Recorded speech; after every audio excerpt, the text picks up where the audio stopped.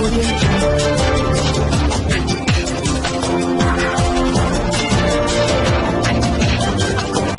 भारत, केवल खबरें और कुछ। नमस्कार, मैं हूं अंजलि। आरपी भारत में आपका स्वागत करती हूँ। आइए नजर आते हैं आज की खास खबर पर। सरकार लगातार सार्वजनिक क्षेत्रों का निजीकरण कर देश की जनता को महंगाई के बोझ तले दबाने की गंदी नीति अपना रही है। क्षमता के बावजूद बेगूसराय के युवाओं को बरौनी रिफाइनरी फर्टिलाइजर थर्मल में स्थानीय युवाओं को रोजगार नहीं देकर उनके साथ सौतेला व्यवहार किया जा रहा है। सरकार ने घोषणा की थी कि लॉकडाउन अवधि का बिजली का बिल या किसी भी तरह का बिल माफ करने की घोषणा थी, मगर लगातार सभी बिल वसूले जा रहे हैं।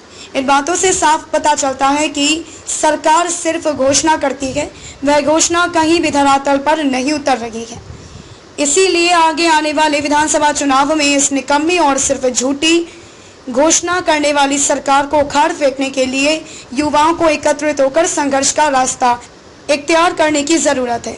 उपरोक्त बातें अपने राज्यव्यापी कार्यक्रम के तहत जिलाधिकारी के समक्ष धरना प्रदर्शन के दौरान रोजगार के अभाव में आक्रोशित युवाओं को संबोधित करते हुए AIYF के जिला संयोजक अमीन हमजा ने कही।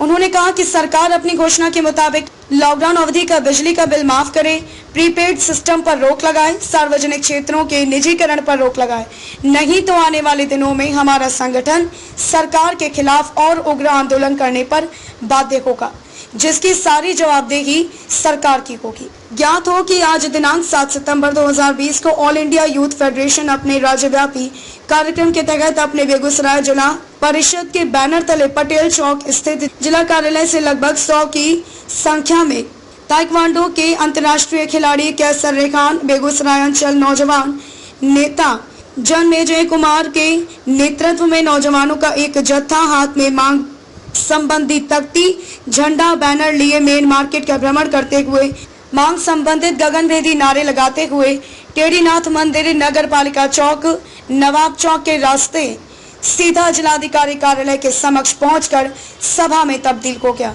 सभा की अध्यक्षता संयोजन समिति के सदस्य अजय तांती एवं चिलमिल शाखा मंत्री गौहर इमाम कर रहे थे।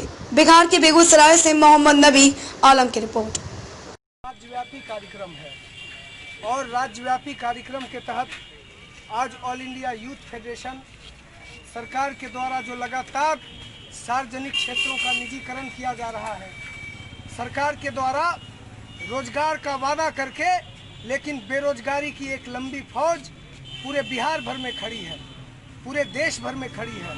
इस सवाल पर हम आए हैं। आज हम इस सवाल पर आए हैं कि सरकार ने जो वादा किया था कि लॉकडाउन अवधि का तमाम बिजली बिल को माफ़ कर दिया जाएगा, बिजली माफ़ तो दूर की बात है, सरकार ने बिजली बिल की दर को भी बढ़ा दिया।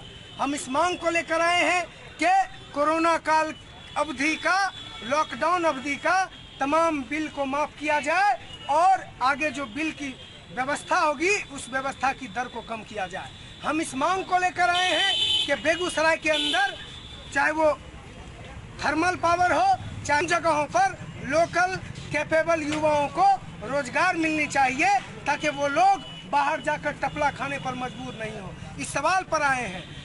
युवाओं को जो रोजगार देने का सरकार ने वादा किया है उस सवाल पर हम आए हैं।